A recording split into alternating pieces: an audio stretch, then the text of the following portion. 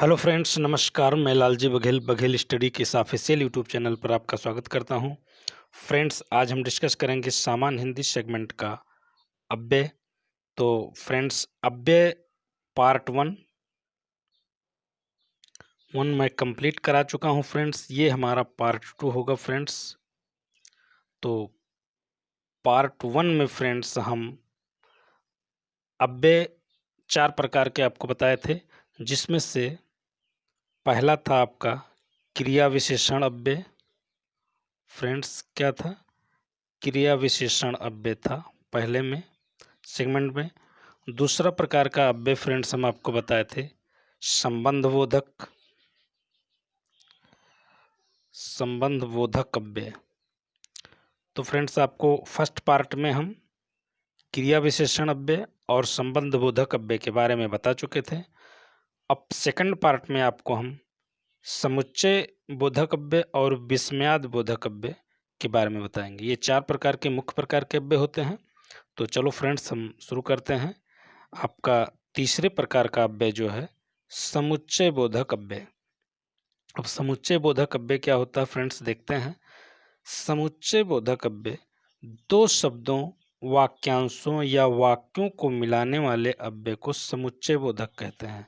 अर्थात दो वाक्यांशों, दो शब्दों और दो वाक्यों, शब्द, वाक्य और वाक्यांशों को मिलाने से जो अव्यय बनता है फ्रेंड्स, उसको हम लोग समुच्चय बोधक अव्यय कहते हैं।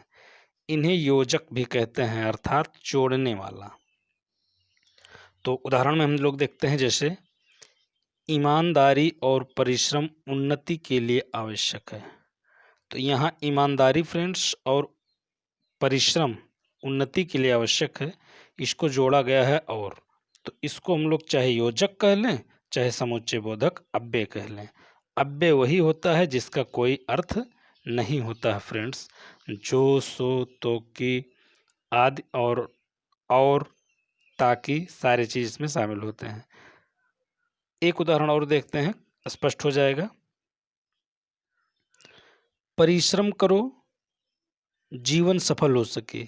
यहाँ दो वाक्य हैं। परिश्रम करो ताकि जीवन सफल हो सके। यहाँ और अव्यय आपको मिला था, यहाँ ताकि अव्यय मिला है। तो ये हैं फ्रेंड्स समुच्चय बोधक अव्यय। इनके भी दो भेद हैं, समानाधिकरण और व्याधिकरण अव्यय। तो समानाधिकरण पर हम चर्चा करते हैं। समानाधिकरण अव्यय वो होते हैं जैसे संयोजक। अब संयोजक में जोड़ने वाली जो है तथा और एवं, इससे शब्दों या वाक्यों या वाक्यांशों को जोड़ते हैं, तो ये संयोजक हो गया। दूसरा है विभाजक, जो समान अधिकरण के अंतर्गत हम देख रहे हैं। अब विभाजक में अथवा, या, नहीं, तो, की, ये सारे वर्ड हैं। इनसे हम लोग विभाज्य करते हैं। जैसे ये काम करेंगे अथवा वो काम करेंगे, या ये या वो, ऐसे करते हैं। तो ये क्या है? विभाजक हो जाएगा। नेक्स्ट है विरोधवाचक। अब विरोधवाचक में है परंतु, किंतु, लेकिन, वरन। जैसे कहते हैं मैं यहाँ जाऊंगा परंतु ये काम नहीं करूंगा, तो क्या हो जाएगा? विरोध कर रहा हूँ, मतलब जा तो रहा हूँ लेकिन ये काम नहीं करूंगा, तो विरोधवाचक हो जाएगा। तुम्हें ये काम करना है किंतु वो काम नहीं करना है, यहाँ किंतु विरोध। तो इस प्रकार से इसको हम विरोधवाचक कहते हैं। चौथा इसमें जो है फ्रेंड्स परिमाण बोधक। अब परिमाण बोधक में अतयो, अतः, इसलिए, ये शब्द यूज किए जाते हैं। नेक्स्ट देखते हैं व्यधिकरण। अब व्यधिकरण में क्या होता है? इनके भी 4 उपभेद हैं। कारणवाचक, क्योंकि, इसलिए, जो कि, अर्थात क्या कारण है। उद्देश्यवाचक, कि, जो, ताकि, और संकेतवाचक, चाहे, तो, परंतु, किंतु, और स्वरूपवाचक में अर्थात, माने, यानी कि। ये व्यधिकरण हो गया। तो ये हमारा जो है समुच्चय बोधक अव्यय के इंपॉर्टेंट थे, फैक्ट थे। अब एक चौथे प्रकार का जो अव्यय हम बताया आपको, विस्मयादि बोधक अव्यय। हम पढ़ लिए क्या क्या? क्रिया विशेषण अव्यय, संबंध बोधक अव्यय और समुच्चय बोधक अव्यय। ये 3 मुख्य थे। अब इसमें चौथा मुख्य आपका है विस्मयादि बोधक अव्यय होता है।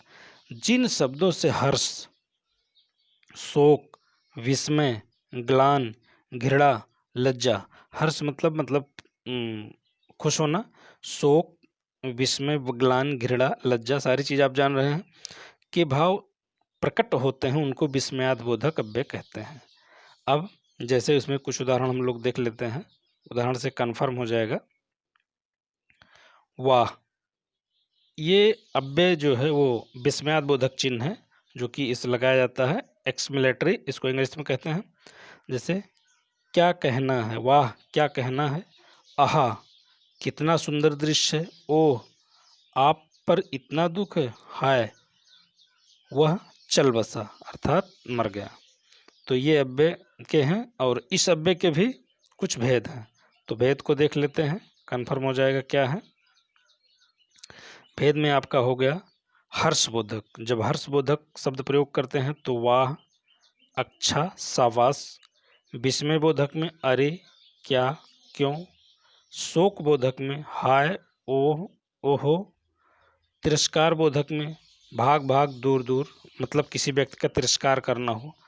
भाववाचक बोधक में हाय, अरे, जो। अनुमोदन बोधक में वाह, ठीक, अच्छा। संबोधन बोधक में रे, अरे, हे। हम लोग संबोधन नहीं करते हैं कि ये काम कर लो। और घृणा बोधक में छी, छी करके आता है राम राम। तो ये हमारे अव्यय थे फ्रेंड्स। अव्यय आपको 4 प्रकार के पढ़ाएंगे: क्रियाबोधक, क्रिया विशेषण, संबंध बोधक और समुच्चय बोधक, और एक आखिरी जो लास्ट था विस्मयादिबोधक अव्यय। ये 4 प्रकार के अव्यय हैं, मोस्ट इंपॉर्टेंट हो जाते हैं, यूपी SSSC के सिलेबस में ऐड है फ्रेंड्स, इसलिए मैं इसको सेगमेंट वाइज आपको प्रोवाइड करा रहा हूँ। अव्यय के अलावा एक और चीज़ होता है फ्रेंड्स, जो परीक्षा में पूछ लिया जाता है, खासकर यूपी SSSC इसको अपने सिलेबस में शामिल किया हुआ, जिसको हम लोग बोलते हैं निपात। निपात क्या होता है जान लेते हैं, थोड़े शब्दों में ज़्यादा जानना है आपको। वाक्य में किसी शब्द या पद के बाद जो अव्यय लगकर एक विशेष बल या अवधारणा को व्यक्त करते हैं उन्हें निपात कहते हैं। निपात फ्रेंड्स कोई नई चीज़ नहीं है, निपात आपका अव्यय ही है, लेकिन उसमें बल किस पे दिया रहा है उस शब्द को हम लोग निपात शब्द से डिनोट करते हैं। जैसे एक विशेष बल या अवधारणा को व्यक्त करते हैं उन्हें निपात कहते हैं। जैसे ही, भी, तो, तक, मात्र। भार, भार यहाँ नहीं होगा फ्रेंड्स, ये इसको भार कर लीजिएगा, तो ये भार जो है मिस्टेक हो गया है, तो भर होता है। तो ये निपात होते हैं। कभी कभी ये शब्द दे दिए जाते हैं वाक्य में, आपको पूछ ले जाते हैं इसमें से निपात कौन है, तो ये मोस्ट इम्पॉर्टेंट इस सेगमेंट का हो जाता है, इसलिए इसको हम शामिल कर लिए हैं। निपात में लिंग, कारक, वचन आदि की दृष्टि से भेद नहीं होते हैं। निपात नए भाव प्रकट करने के लिए प्रयुक्त होते हैं। तो ये निपात हो गया, एक लाइन में हम लोग समझ लिए हैं। कुल मिला के निपात एक प्रकार का अव्यय है, लेकिन कुछ बातों पर जब विशेष बल लगाया जाता है तो उसको हम लोग निपात के माध्यम से डिनोट करते हैं या उसको निपात कहते हैं। तो ये हमारा रहा अव्यय का सेकंड पार्ट।